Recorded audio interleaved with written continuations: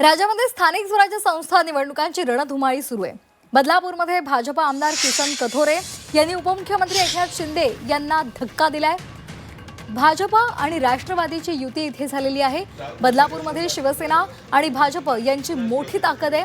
मात्र भाजपा आमदार किसन कथोरे आणि शिवसेना शहर प्रमुख वामन म्हात्रे यांच्यामध्ये वाद असल्यामुळे युती होणार की नाही या संदर्भात गेल्या अनेक दिवसांपासून चर्चा सुरू होत्या।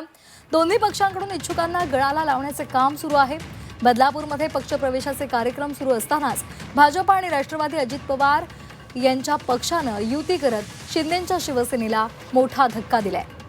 मागच्या आठवड्यामध्ये उपमुख्यमंत्री अजित पवार यांनी मुरबाड दौऱ्यावेळी किसन कथोरे यांची त्यांच्या निवासस्थानी भेट घेतली होती।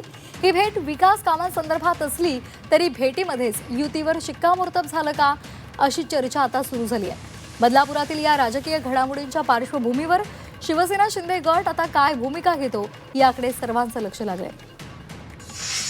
युतीच्या संदर्भात तिन्ही नेते तिन्ही पक्ष आम्ही आग्रही आहोत, ती आमची भूमिका आहे। आणि माननीय मुख्यमंत्री देवेंद्र फडणवीस साहेबांनी महायुतीचे प्रमुख म्हणून त्यांनी भूमिका स्पष्ट केली की आम्हाला महायुती म्हणूनच लढायचं आहे, पण स्थानिक पातळीवर जर तुल्यबळ सगळेच जण असतील तर सामोपचारानं समन्वयातनं त्या निवडणुका लढवल्या जातील, कोणावर टीका टिप्पण्या होणार नाहीत, एवढी समंजसपणाची भूमिका त्या ठिकाणी आमच्या तिन्ही पक्षांची आहे।